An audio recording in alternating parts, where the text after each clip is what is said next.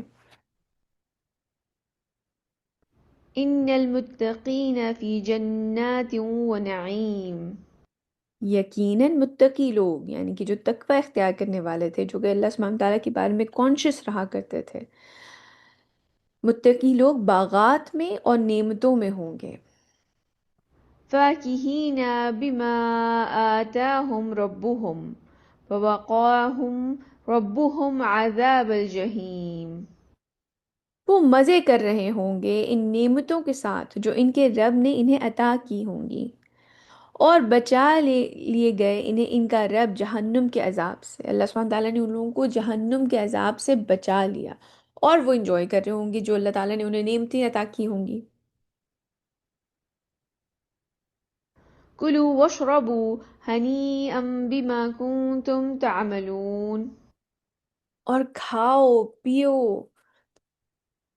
ان اعمال کا صلہ جو تم کرتے رہے ہو، اس وجہ سے جو اللہ سبحانہ تعالیٰ نے جو ان کو نعمتیں عطا کی ہیں وہ ان اعمال کا صلہ ہے جو تم کرتے تھے۔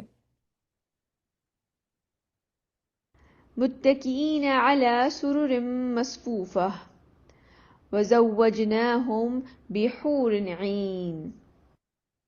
وہ تکیے لگائے بیٹھے ہوں گے ان تختوں پر جو برابر بچھے ہوں گے، صف در صف، یعنی کہ ایک جیسے بڑی سی گیدرنگ ہو رہی ہوا کرے گی ان کی، اور انہیں ہم بیاہ دیں گے بڑی بڑی آنکھوں والی حوروں کے ساتھ۔ والذين آمنوا واتبعتهم ذريتهم بإيمان ألحقنا بهم ذريتهم وما ألتناهم من عملهم من شيء كل امرئ بما كسب رهين. اور وہ لوگ جو ایمان لائے اور ان کی اولاد نے بھی ان کی پیروی کی ایمان کے ساتھ، ہم ملا دیں گے ان کے ساتھ ان کی اس اولاد کو، اور ہم ان کے عمل میں سے کوئی کمی نہیں کریں گے۔ ہر انسان اپنی کمائی کا عوض رہن ہوگا، یعنی کہ جب اگر کوئی انسان ہے جو کہ بہت نیک ہے اور اس کا جنت میں کوئی بہت اعلیٰ درجہ ہے، اور اس کے بعد جو اس کی اولاد آئی ہے وہ بھی نیک ہے لیکن اس کا آپ کی سمجھنے کے بہت زیادہ تھرڈ ڈویژن میں پاس ہوا ہے، کسی کے وہ جو والدین تھے وہ اے سٹار تھے ان کے، اور بچوں کا جو گریڈ ہے وہ بی آیا ہے، پاس ہو گئے ہیں لیکن بی گریڈ میں ہیں یا سی گریڈ میں ہیں، پاس ہو گئے، پاسنگ مارکس آئے، تو اللہ سبحانہ تعالیٰ ان والدین کی خوشی کی خاطر ان کی اولاد کا درجہ بھی بلند کر دیں گے، ان کے ساتھ کر دیں گے ان کو۔ تو اور وہ لوگ جو ایمان لائے اور ان کی اولاد نے بھی ان کی پیروی کی ایمان کے ساتھ، ہم ملا دیں گے ان کے ساتھ ان کی اس اولاد کو۔ تو جو نیچے والوں کا درجہ ہے ان کا بڑھا، ان کی اولاد کا درجہ بڑھا دیا جائے گا کہ وہ ان کے ساتھ مل جائیں، اور ہم ان کے عمل میں سے کوئی کمی نہیں کریں گے۔ یعنی کہ جو والدین ہیں، یہ نہیں ہے کہ ان کا درجہ نیچے لے آئے اولاد کے ساتھ، چلو جی اکٹھے ہو جائیں گے، نہیں، بلکہ اولاد کا درجہ بڑھا دیا جائے گا، جو اوپر والے ہیں ان کے عمل میں کوئی کمی نہیں کریں گے۔ ہر انسان اپنی کمائی کے عوض رہن ہوگا، یعنی کہ جو اس نے کمایا ہوگا وہ اس کو اللہ سبحانہ تعالیٰ اس کا بھرپور اجر عطا کریں گے۔ وأمددناهم بفاكهة ولحم مما يشتهون. اور ہم انہیں دیے چلے جائیں گے پھل اور گوشت، جس سے وہ چاہیں گے، جو چاہیں گے انہیں وہ چیز عطا کی جائے گی۔ يتنازعون فيها كأسا لا لغو فيها ولا تأثيم. اس میں وہ ایک دوسرے سے چھین رہے ہوں گے وہ جام جن کے مشروب میں نہ تو کوئی بیہودگی ہوگی اور نہ ہی گناہ میں ڈالنے والی کوئی بات۔ یعنی کہ جو وہ وہاں پر ایک جیسے فرینڈز میں ہو رہا ہوتا ہے کہ چھینا جپٹی ہو رہی ہے، ایک جیسے ایک محفل میں آپ بیٹھے ہوئے ہیں اور پھر وہ ہنسی مذاق ایک شغل ہو رہا ہوتا ہے، تو وہ اس طرح کا ایک ماحول ہوگا، ایک دوسرے سے جام چھین رہے ہوں گے، ایک ہنسی ہو رہی ہوگی، مذاق ہو رہا ہوگا، اور وہ جو جام ہوں گے وہ اس میں کوئی ایسی چیز نہیں ہوگی جیسے دنیا کی جام میں شراب میں نشہ ہے یا کوئی بےہودگی کی بات ہے یا ایسی کوئی چیز ہے، کوئی ایسی چیز وہاں پر نہیں ہوگی، کوئی ایسی بےہودگی وہاں پر نہیں ہو رہی ہوگی کوئی گناہ میں ڈالنے والی چیز اس میں نہیں ہوگی، بلکہ وہ ایک پاک صاف مشروب ہوگا جو کہ اللہ سبحانہ تعالیٰ عنایت کریں گے جنت والوں کو، اور وہ ایک محفل میں تہ بتہ ان کے تخت لگے ہوئے ہوں گے۔ ایک دیکھیے کس طریقے سے اللہ سبحانہ تعالیٰ ایک امیج کریٹ کر رہے ہیں، ایک امیج پہ پینٹ کر رہے ہیں، اگر انسان چیزوں کے بارے میں سوچیں۔ اللہ سبحانہ تعالیٰ ہمیں ایسے لوگوں میں شامل فرما دیں، اللہ سبحانہ تعالیٰ اپنی رحمت سے اپنی مغفرت ہمیں عطا کر دیں کہ ہم ایسے لوگوں میں شامل ہوں۔ لیکن آپ ذرا امیجن کریں کہ اس وقت کیا ماحول ہوگا۔ دیکھیں دنیا کی زندگی بہت ٹیمپریری ہے، بہت عارضی ہے۔ ہم اپنی فیملی کے ساتھ یہاں بھی انجوائے کرتے ہیں، خوش ہوتے ہیں، لیکن کبھی بھی اللہ سبحانہ تعالیٰ کے احکام یا ان کا کوئی بھی رول، کوئی بھی ایسی چیز ہمارے اپنے رشتہ داروں پہ کی محبت پہ غالب ہونی چاہیے، کہ ہم یہ نہ ہو کہ ہمیں اللہ تعالیٰ کے احکام بھول جائیں اور ہمیں اپنے رشتہ داروں کی محبت، ان کی انسیت، ان کا ساتھ جو ہے ہمیں زیادہ پیارا ہو جائے۔ نہیں، ہمارا فوکس اس دنیا میں بھی، جبکہ ہم اپنے گھر والوں کے ساتھ اگر بیٹھے ہیں، ہنسی مذاق ہو رہا ہے، سب کچھ ہو رہا ہے، لیکن کبھی بھی اللہ سبحانہ تعالیٰ کی محبت اور احکام جو ہیں وہ نچلے درجے پہ نہیں آنے چاہیے۔ پرائیورٹی ہمیشہ ہمارا دین، اللہ کا حکم، اسلام رہے گا۔ اگر جیسے آپ بیٹھے ہوئے ہیں اور ایسے نماز کا وقت ہو چکا ہے تو پرائیورٹی نماز کو دی جائے گی ہر حال میں۔ یا اگر کوئی ایسی بات اس محفل میں ہو رہی ہے کہ آپ کو لگ رہا ہے کہ یہ غیبت کی طرف جا رہی ہے، تو آپ ہر حال میں اسے روکنے کی کوشش کریں گے، ورنہ خود اٹھ کے وہاں سے چلے جائیں گے۔ تو ایک دوسرے کے ساتھ بیٹھا جاتا ہے، محبت سے بات کی جاتی ہے، رحمی رشتے ہیں، اکٹھے بیٹھے ہوئے ہیں، لیکن اس میں بھی ہر حال میں ہنسی مذاق کے دوران بھی انسان اتنا کانشیس رہے کہ کبھی بھی دین کی چیزوں پہ کمپرومائز نہ ہو رہا ہو۔ تو اللہ سبحانہ تعالیٰ ہمیں ایسے لوگوں میں شامل فرمائے جن کی جو ایسی محفلوں میں بیٹھے ہوئے ہوں۔ ويطوف عليهم غلمان لهم كأنهم لؤلؤ مكنون. اور ان پر گردش میں رہیں گے نوجوان لڑکے ان کی خدمت کے لیے، وہ ایسے ہوں گے جیسے موتی ہوں، غلافوں میں رکھے ہوئے، یعنی کہ چھپے ہوئے موتیوں کی طرح اتنی خوبصورت وہ بکھرے ہوئے ہوں گے، جو وہاں پہ غلام ہوں گے، جو ان کی مدد کے لیے، جو ان کی سرونٹس ہوں گے وہاں پر، وہ گردش میں نوجوان لڑکے اس طرح سے پھر رہے ہوں گے ان کی خدمت کرتے ہوئے۔ وأقبل بعضهم على بعض يتساءلون. اور وہ اہل جنت ایک دوسرے کی طرف رخ کر کے باہم سوال کریں گے۔ اب یہ ہے وہ کمپیریزن جو کہ میں پہلے والوں سے لے کر ابھی آپ کے ساتھ کرنے والے کا، آپ سے میں نے کہا تھا کہ آگے جا کے جب بات آئے گی تو ہم اس کے بارے میں بات کریں گے، کہ ان کا جو جہنمیوں والوں کے بارے میں تھا کہ وہ خوش گپیوں میں مصروف تھے، وہ اپنی زندگی میں، دنیاوی زندگی میں مستقل مصروف تھے، اب اپنی ایک گیدرنگ ہو رہی ہے، انجوائے ہو رہا ہے۔ لیکن دوسری طرف جو جنت والے ہیں، ان کے بارے میں وہ باپ ایک دوسرے کے بارے میں باہم سوال کیا کر رہے ہیں؟ قالوا إنا كنا قبل في أهلنا مشفقين. وہ کہیں گے کہ ہم پہلے اپنے اہل و عیال میں ڈرتے ہوئے رہتے تھے۔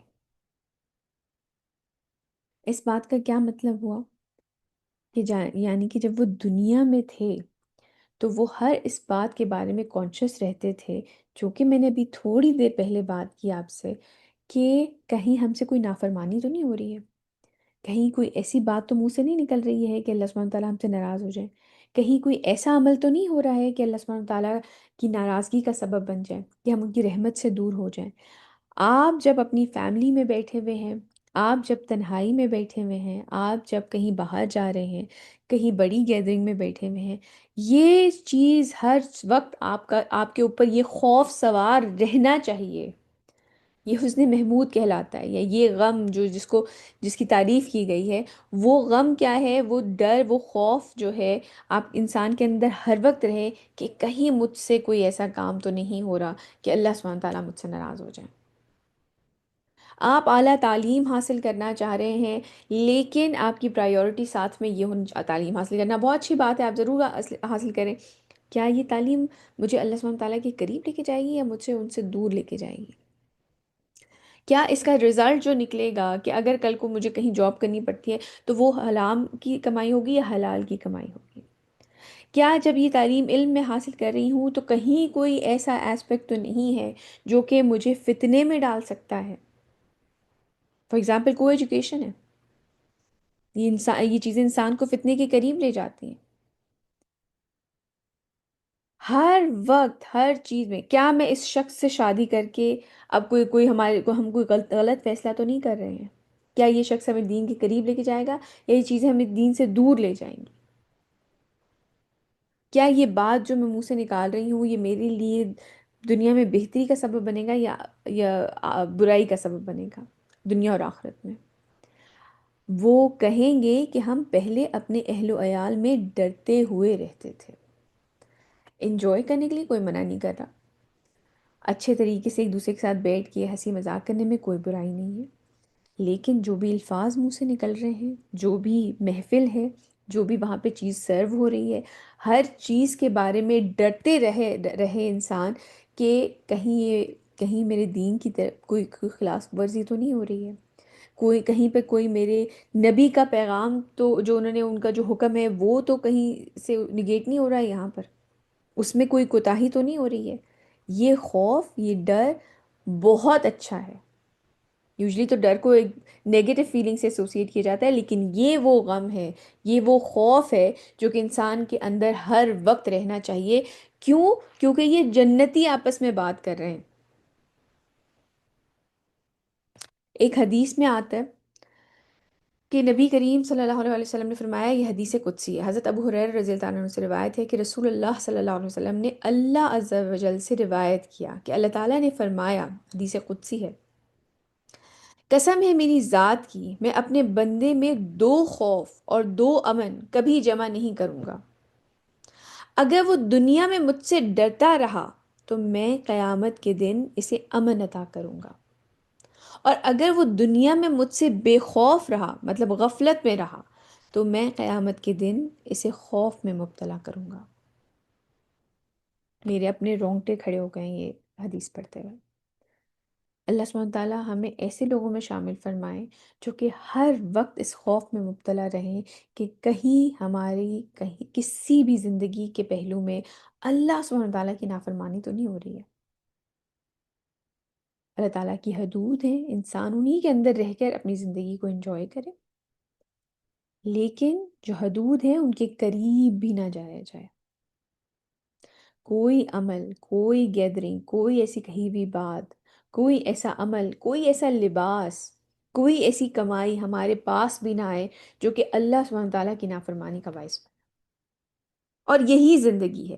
میں آپ کو بتا دوں زندگی گزارنے، اگر آپ آخرت بہتر چاہتے ہیں نا ہم، تو ہماری زندگی کا اگر یہ اصول ہے بس، پھر بس باقی سب خیر ہے. قرآن اور سنت اگر پرائیورٹی ہے نا انسان کی، پھر باقی سب خیر ہے.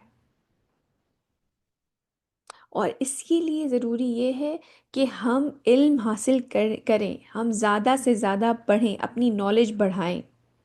یہ بہت ضروری ہے. اس کے علاوہ تو انسان یہ چیز، یہ آبجیکٹیو اچیو ہی نہیں کر سکتا جب پتہ ہی نہیں ہے کہ کیا کرنا ہے اور کیا نہیں کرنا. اگر اس چیز کا علم ہی نہیں ہے تو پھر انسان کیسے فیصلہ لے گا کہ مجھے کیا کرنا اور کیا نہیں کرنا.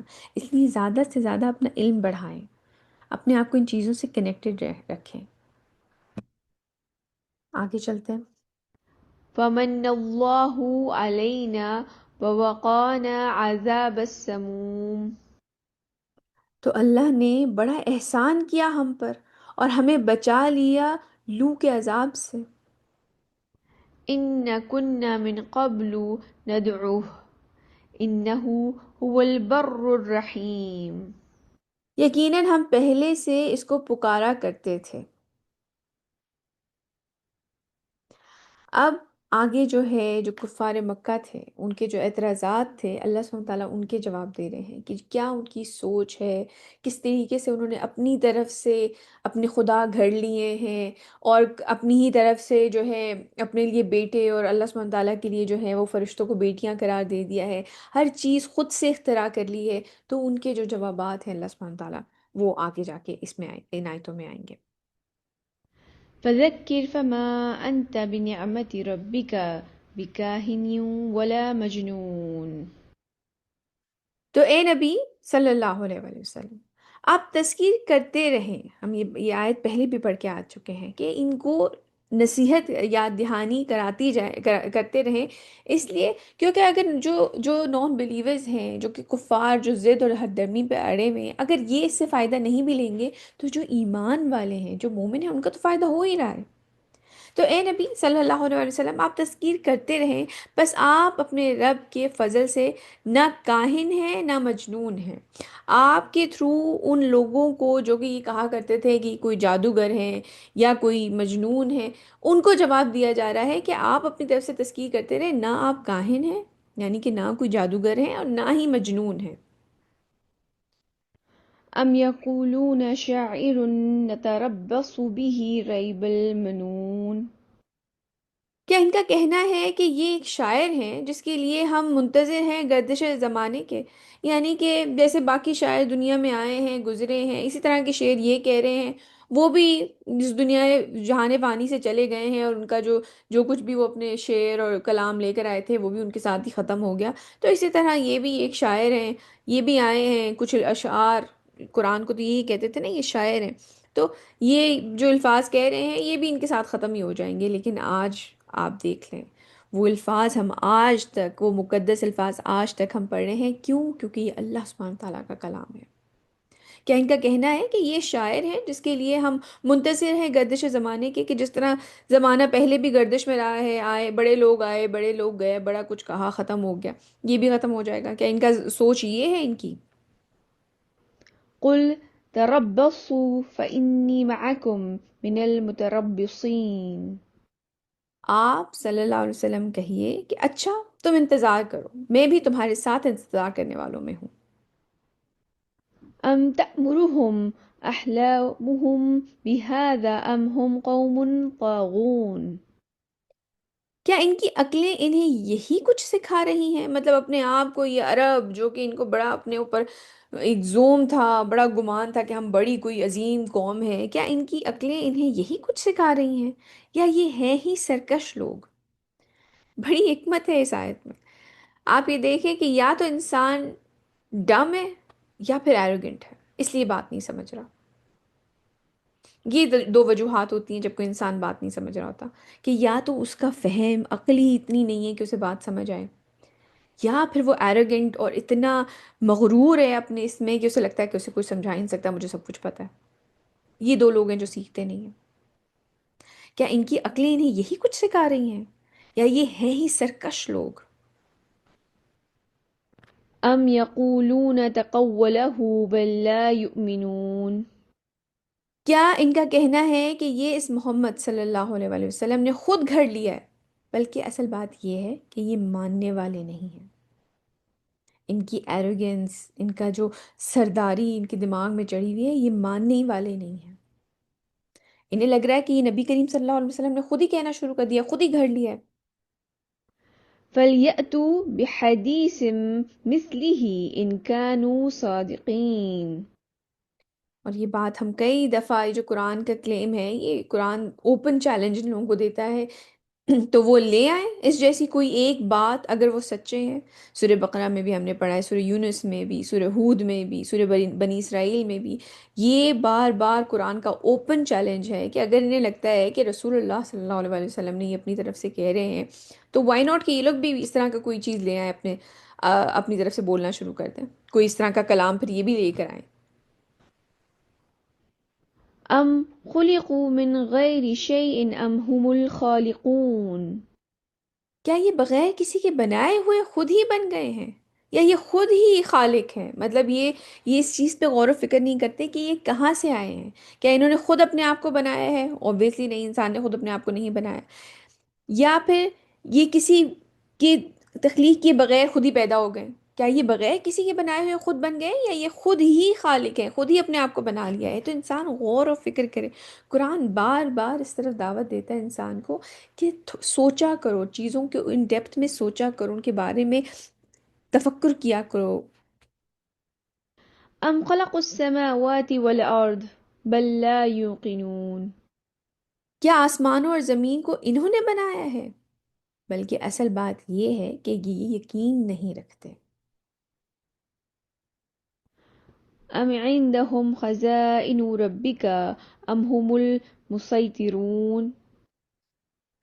کیا ان کے قبضے قدرت میں ہیں آپ کے رب کے خزانے، یا یہ دروغہ ہیں؟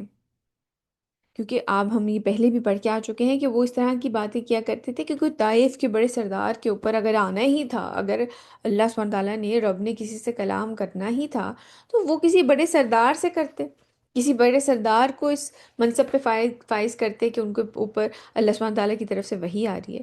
تو اللہ سبحانہ تعالیٰ فرما رہے ہیں کہ کیا یہ ڈیسائیڈ کریں گے؟ کیا ان کے قبضے قدرت میں ہیں آپ کے رب کے خزانے، یا یہ دروغہ ہے؟ مطلب یہ وہاں پہ کوئی گیٹ کیپر ہیں کہ یہ آنے جانے والوں کے اوپر یہ نظر رکھیں گے کہ نہیں، اس کو ملنا چاہیے، یہ انٹر ہوگا، اس کو اللہ تعالیٰ کی طرف سے رحمت ملنی چاہیے۔ أَمْ لَهُمْ سُلَّمٌ يَسْتَمِعُونَ فِيهِ فَلْيَأْتِ مُسْتَمِعُهُم بِسُلْطَانٍ مُبِينٍ.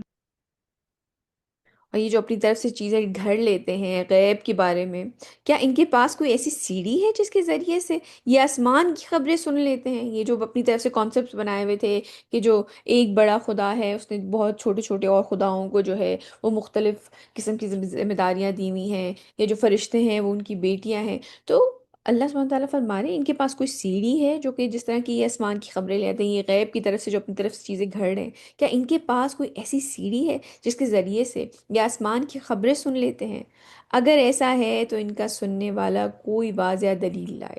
اگر کسی نے واقعی سنا ہے، اگر یہ اس طرح کا کوئی کلیم کر رہے ہیں کہ ان کے پاس کوئی ایسی سیڑھی ہے یا کوئی ایسا ذریعہ ہے جس کے تھرو یہ آسمان کی غیب کی خبریں سنتے ہیں کہ اس طرح سے خدا بھی ہیں اور اس طرح سے فرشتے بھی ہیں، تو پھر کوئی واضح دلیل لے کر آئیں، کوئی شو کریں، کوئی پروف شو کریں۔ أَمْ لَهُ الْبَنَاتُ وَلَكُمُ الْبَنُونَ. کیا اس کے لیے تو بیٹیاں ہیں اور تمہارے لیے بیٹے؟ یعنی کہ جو انسان اپنے ذہن میں کسی چیز کو خود ہی سپیریئر بنا دیتا ہے، اور خود ہی اپنے ذہن میں کسی چیز کو انفیریئر بنا دیتا ہے، اور پھر خود ہی اس کو اپنے دماغ کی میں گھڑ لیتا ہے کہ یہ اس کے لیے ہے اور یہ فلاں اس کے لیے ہے، ہمارے لیے بیٹے ہیں، اللہ کے لیے بیٹیاں ہیں۔ مطلب یہ ساری دماغ کی اپنی اختراع ہے، کوئی دلیل نہیں ہے، کوئی واضح کوئی ایسی نشانی نہیں ہے، کوئی ایسی اوتھینٹک کتاب نہیں ہے جس میں یہ ساری چیزیں لکھی ہوئی ہوں، اپنی طرف سے یہ ساری چیزیں بنا لی ہیں۔ کیا آپ ان لوگوں سے کوئی اجرت طلب کر رہے ہیں؟ اب پہلے ہم پڑھ لیتے ہیں۔ أَمْ تَسْأَلُهُمْ أَجْرًا فَهُمْ مِنْ مَغْرَمٍ مُثْقَلُونَ. کیا آپ ان لوگوں سے کوئی اجرت طلب کر رہے ہیں کہ یہ تاوان ان کے بوجھ تلے دبے جا رہے ہیں؟ قرآن کے جو دلائل ہیں وہ اتنے پاورفل ہوتے ہیں کہ انسان اگر سوچے، ذرا امیجن کریں کہ قریش کے سردار جو کہ نبی کریم صلی اللہ علیہ وسلم اور مسلمانوں کی جان کے درپے ہیں، اور وہ بہت دنیاوی اعتبار سے بڑے اثر و رسوخ والے لوگ ہیں، ان کے سامنے یہ باتیں کھڑے ہو کے کرنا ایک بہت ہی جرت کی بات ہے۔ یہ کوئی آسان چیزیں نہیں ہیں۔ ہم کیونکہ یہ اتنے عرصے بعد، 1400 سال بعد یہ بیٹھ کے پڑھ رہے ہیں، اگر آپ اس چیز کو ایکچولی امیجن کریں نبی کریم صلی اللہ علیہ وسلم کی حیات سے، ان کی زندگی سے، اور ذرا ریلیٹ کر پائیں کہ کس طریقے سے آپ کھڑے ہو کر ان لوگوں کے سامنے یہ ساری قرآن کی آیتیں اور قرآن کے جب دلائل پڑھتے ہوں گے تو ان لوگوں کا کیا حشر ہوتا، کیا حالت ہوتی ہوگی ان کی۔ ابھی ریسنٹلی میں نے ایک بچی کو دیکھا جس نے حضرت ابراہیم کا وہ واقعہ جو نمرود کے ساتھ تھا، جب سورہ بقرہ میں جو ذکر آتا ہے نا کہ آ، حضرت ابراہیم نے جب نمرود سے کہا کہ اللہ سبحانہ تعالیٰ زندگی دیتے ہیں اور وہ موت دیتے ہیں، اس نے کہا میں بھی زندگی دیتا ہوں اور موت دیتا ہوں۔ تو جب حضرت ابراہیم نے یہ کہا کہ اللہ سبحانہ تعالیٰ مشرق سے سورج کو نکالتے ہیں تو مغرب سے نکال کے دکھاؤ، وہ بچی او میں تھی اس اس ڈائلاگ کے، کہ حضرت ابراہیم نے جو یہ بات کی ہے وہ ایکچولی او میں تھی، کہ قرآن کے آرگیومنٹس اتنے پاورفل ہیں۔ ہم جب اکثر یہ بات کرتے ہیں کہ ہمیشہ جب بھی کسی کو آپ نے کنونس کرنا ہو، آپ دلیل سے بات کریں، اور دلیل صرف قرآن اور سنت ہے، کیونکہ قرآن اور سنت کی بات اتنی پاورفل، اتنی جامع ہوتی ہے کہ اگلا بندہ آگے سے چپ کر جاتا ہے۔ جس طریقے سے وہ بچی اپریشیٹ کر رہی تھی حضرت ابراہیم کی اس بات کو، اور قرآن کی اس آیت کو جس طریقے سے اپریشیٹ کر رہی تھی، وہ لٹرلی او میں تھی۔ آئی تھنک ہم لوگ شاید بڑے ہو گئے ہیں اور ہم اس طریقے سے ریلیٹ نہیں کر پاتے ہیں۔ ہم دنیا کی بہت ساری اونچائی اور وہ چیزیں دیکھ چکے ہیں، یا آپ لوگ بھی جیسے ٹینز میں ہیں اور آپ لوگ آپ کو لگتا ہے کہ آپ نے ایک زندگی گزاری ہے، آپ کو بہت ساری چیزیں پتہ ہیں۔ ہمیں قرآن اس طرح سے کیوں نہیں افیکٹ کر پاتا؟ کیا ہمیں یہ بات سوچنی چاہیے؟ کیا ہمیں اس کے اوپر یقین نہیں ہے؟ اگر انسان کو یقین ہو کہ تو یہ جو جو اللہ سبحانہ تعالیٰ جس طریقے سے جو دلائل پیش کرتے ہیں وہ انسان کو ہلا کے رکھتے ہیں، کس کس طریقے سے اللہ سبحانہ تعالیٰ بات سمجھا رہے ہیں، حتیٰ کہ یہاں بھی کہ کیا آپ ان لوگوں سے کوئی اجرت طلب کر رہے ہیں کہ یہ تاوان کے بوجھ تلے دبے جا رہے ہیں؟ مطلب انہیں تکلیف کیا ہے؟ کوئی ایک اتنی بڑی عظیم میسج ان کو سنایا جا رہا ہے ایک اتنی بڑی عظیم ذات کی طرف سے، اور ان کے کس اور بل ختم نہیں ہو رہے ہیں، ان کی تکلیف ختم نہیں ہو رہی ہے، ان کا اگریشن کا غصہ نہیں ختم ہو رہا ہے، کوئی تاوان مانگ لیا، کوئی پیسے مانگ لیے اس چیز کے لیے جو اتنا غصہ آ رہا ہے، یا اس طرح کی آگے سے تکلیفیں پہنچا رہے ہیں۔ ایک میسج لے کر آئے ہیں، اپنے ان کے رب کی طرف سے ایک یاد دہانی لے کر آئے ہیں۔ مکے میں تو ہم جانتے ہیں مسلمان کچھ بھی نہیں کر رہے تھے، ریٹیلیٹ کرنا بھی جائز نہیں تھا، وہ کچھ ان سے ہاتھ اٹھانا جائز نہیں تھا ان کے لیے، تو پھر تکلیف کس بات کی تھی؟ کبھی آپ ان چیزوں کو اس طرح سے پڑھیں تو ہم انسان کی عقل واقعی دنگ رہ جاتی ہے۔ اتنا عظیم کلام ہے یہ۔ کیا آپ ان لوگوں سے کوئی اجرت طلب کر رہے ہیں کہ یہ تاوان کے بوجھ تلے دبے جا رہے ہیں؟ أم عندهم الغيب فهم يكتبون. کیا ان کے پاس غیب کا علم ہے جسے یہ لکھ رہے ہیں؟ مطلب ہے کیا، کیا دلیل ہے جو یہ باتیں یہ کر رہے ہیں؟ أم يريدون كيدا فالذين كفروا هم المكيدون. کیا یہ لوگ کوئی چال چلنا چاہتے ہیں؟ اصل میں یہ کافر خود ہی چال کا شکار ہو گئے ہیں۔ أم لهم إله غير الله سبحان الله عما يشركون. کیا ان کے لیے اللہ کے سوا کوئی اور الہ بھی ہے؟ کسی اور کو کوئی اور خدا ہے؟ کوئی کسی اور خدا کا کوئی وجود ہے بھی؟ پاک ہے اللہ اس سے جو شرک یہ کر رہے ہیں۔ اللہ سبحانہ تعالیٰ پاک ہیں، وہ ایک ہیں، واحد ہیں، احد ہیں۔ وإن يروا كسفا من السماء ساقط يقولوا سحاب مرقوم. اور اگر کبھی یہ دیکھیں آسمان کا کوئی ٹکڑا گرتا ہوا تو کہیں گے یہ تو بادل ہے، طے بتے۔ یعنی کہ اگر یہ جو میریکلز کے لیے کہتے ہیں کہ آپ کوئی معجزہ دکھا دیں، اگر آپ اللہ کے رسول ہیں تو کوئی معجزہ دکھا دیں، تو اگر کبھی یہ دیکھ بھی لیں، اگر ان کے سامنے کوئی معجزہ آ بھی جائے تو اس کو بھی یہ الٹے پھیر دیں گے۔ اگر کوئی آسمان کا کوئی ٹکڑا گرتا ہوا دیکھ بھی لیں تو یہ کہیں گے یہ تو بادل ہیں۔ یعنی کہ جب انسان نے بات نہیں ماننی out of arrogance, out of ignorance, تو پھر وہ جتنی مرضی آپ ان کو معجزات دکھا دیں، کہ اس سے پہلے کتنے ہی رسولوں نے لوگوں کو معجزات دکھائے ہیں، جنہوں نے ایمان نہیں لانا تھا وہ نہیں لائے۔ تو ابھی بھی یہ جو معجزہ مانگ رہے تھے نبی کریم صلی اللہ علیہ وسلم سے، تو اللہ سبحانہ تعالیٰ فرما رہے ہیں اور اگر کبھی یہ دیکھیں آسمان کا کوئی ٹکڑا گرتا ہوا تو کہیں گے یہ تو بادل ہیں، طے بتے۔ فذرهم حتى يلاقوا يومهم الذي فيه يسعقون. تو ہے نبی صلی اللہ علیہ وسلم، چھوڑے رکھیں ان کو یہاں تک کہ وہ اپنی اس دن سے دوچار ہوں جس میں ان پر بجلی کی کڑک گرے گی۔ پھر جسٹ لیو دیم، اگر یہ بات نہیں سننے والے، اگر یہ انٹرسٹڈ نہیں ہے تو جسٹ لیو دیم۔ تو اے نبی صلی اللہ علیہ وسلم چھوڑے رکھیں ان کو یہاں تک کہ وہ اپنے اس دن سے دوچار ہوں جس میں ان پر بجلی کی کڑک گرے گی۔ يوم لا يغني عنهم كيدهم شيئا ولا هم ينصرون. جس دن ان کی چالیں ان کی کسی کام نہ آ سکیں گی اور نہ ہی ان کی کوئی مدد ہوگی۔ وإن للذين ظلموا عذابا دون ذلك ولكن أكثرهم لا يعلمون. اور ان ظالموں کے لیے اس آخرت کے عذاب کے علاوہ بھی ایک عذاب ہے، لیکن ان کی اکثریت علم نہیں رکھتی۔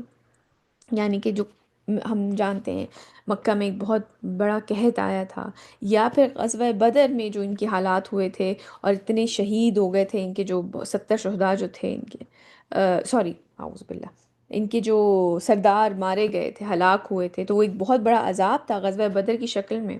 انہیں تو لگ رہا تھا کہ ہم 1,000 کا لشکر ہیں جس کے پاس ہر طرح کی اکوپمنٹ ہے جنگ جیتنے کے لیے، اور آگے سے 313 مسلمان جن کے پاس نہ ہی تلواریں، نہ ہی گھوڑے ہیں، نہ کوئی ساز و سامان ہے۔ تو انہیں تو لگا تھا وہ جیت جائیں گے، لیکن اللہ کا عذاب تھا جو جنگ بدر میں ان لوگوں کے اوپر آیا، کہ جس طریقے سے ان کے جو سردار تھے وہ مارے گئے ہیں۔ واصبر لحكم ربك فإنك بأعيننا وسبح بحمد ربك حين تقوم. اور اے نبی صلی اللہ علیہ وسلم، آپ اپنے رب کے فیصلے کا انتظار کیجیے، بے شک آپ ہماری نگاہوں میں ہے۔ یہ بڑی خوبصورت اور محبت بھری ایک چیز ہے جو کہ اللہ سبحانہ تعالیٰ کی طرف سے ہے کہ آپ ہماری نگاہوں میں ہیں، آپ جو ہیں، آپ ان کا جو معاملہ ہے آپ ان کو چھوڑ دیجئے۔ اے نبی صلی اللہ علیہ وسلم، آپ اپنے رب کے فیصلے کا انتظار کیجیے، بے شک آپ ہماری نگاہوں میں ہیں، اور آپ تسبیح کرتے رہیں اپنے رب کی حمد کے ساتھ جب آپ کھڑے ہوں۔ کچھ مفسرین کے مطابق جب، کیونکہ تہجد ہی تھی پہلے تو یہ تہجد کے ٹائم جب آپ کھڑے ہوں تو آپ تسبیح کریں، حمد کریں۔ یعنی کہ ان لوگوں کے بارے میں پریشان ہونے کی ضرورت نہیں ہے، آپ ہماری نگاہوں میں ہیں، آپ بس تسبیح کریں، اللہ کی حمد کریں جب آپ کھڑے ہوں۔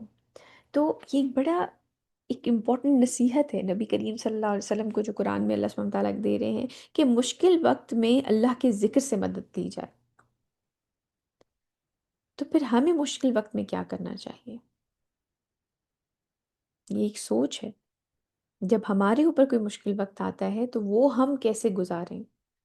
اللہ تعالیٰ کی یاد کر کے، اللہ تعالیٰ کا ذکر کر کے وہ وقت ہمیں گزارنا چاہیے۔ ومن الليل فسبحه وإدبار النجوم. اور رات کے ایک حصے میں بھی آپ اس کی تسبیح کریں، یعنی کہ جو صبح کا وقت ہے، اور ستاروں کے پیٹھ موڑتے وقت بھی آپ تسبیح کیجیے۔ کتنی خوبصورت انداز ہے، ستاروں کا پیٹھ موڑتے وقت، یعنی کہ جب ستاروں کا جو لشکر ہے وہ جا رہا ہو، یعنی کہ جو رات ہے وہ جا رہی ہو، تب بھی یعنی کہ جو ایک تو رات کا ایک حصہ ہے تہجد کا ہے، اور رات کے ایک حصے میں بھی آپ اس کی تسبیح کیجئے، اور ستاروں کے پیٹھ موڑتے وقت بھی۔ اتنا خوبصورت انداز ہے کہ یعنی کہ جو سحری کا وقت ہے، فجر کا وقت ہے، اس میں ہم پہلے بھی پڑھ کے آئے ہیں جو جنتیوں کے بھی اوصاف اللہ سبحانہ تعالیٰ نے بتائے تھے کہ رات کے تھوڑے پہر ہی وہ سوتے ہیں اور وہ سحری کے وقت میں استغفار کرتے ہیں۔ تو یہاں پہ نبی کریم صلی اللہ علیہ وسلم سے فرمایا جا رہا ہے، اور رات کے ایک حصے میں بھی یعنی کہ جب مشکل وقت آئے، جب اس طرح کی یہ باتیں کر رہے ہیں اور آپ دین پھیلانا چاہ رہے ہیں، تو آپ ان کو چھوڑ دیں اور آپ اللہ تعالیٰ کی تسبیح کریں، اور رات کے ایک حصے میں بھی آپ اس کی تسبیح کریں، اور ستاروں کے پیٹھ موڑتے وقت بھی یعنی کہ جو سحری کا وقت ہے اور تہجد کا وقت ہے، اس وقت بھی اللہ سبحانہ تعالیٰ کی تسبیح کی جائے۔ سورہ طور جو ہے وہ ہماری آج مکمل ہو گئی الحمدللہ۔ اس میں جو نبی کریم جو ہماری حدیث ہے، جو کہ حدیث قدسی ہے، اللہ سبحانہ تعالیٰ فرما رہے ہیں کہ قسم ہے میری ذات کی، جو بیسیکلی جنتیوں کے اوصاف میں سے تھا کہ جب وہ آپس میں سب بات کر رہے ہوں گے، سوال کر رہے ہوں گے، اور وہ کہیں گے کہ جب ہم جنت میں تو ہم اپنے گھر والوں کے ساتھ ڈر کے رہا کرتے تھے، خوف میں رہا کرتے تھے، تو یہ خوشخبری سمجھ لوں، یہ خوف جو ہے یہ انسان کے لیے آخرت کے لیے آخرت کی منزلیں آسان کر دے گا۔ اللہ سبحانہ تعالیٰ فرماتے ہیں قسم ہے میری ذات کی، میں اپنے بندے میں دو خوف اور دو امن کبھی جمع نہیں کروں گا۔ اگر وہ دنیا میں مجھ سے ڈرتا رہا تو میں قیامت کے دن اسے امن عطا کروں گا، اور اگر وہ دنیا میں مجھ سے بے خوف رہا یعنی کہ غفلت میں رہا تو میں قیامت کے دن اسے خوف میں مبتلا کروں گا۔ اللہ سبحانہ تعالیٰ ہمیں ایسے لوگوں میں شامل فرمائے جو اپنی پوری زندگی اللہ سبحانہ تعالیٰ کے تقوی پہ، اللہ سبحانہ تعالیٰ سے ڈرتے ہوئے گزاریں، تاکہ ہماری آخرت کی منزلیں آسان ہو جائیں۔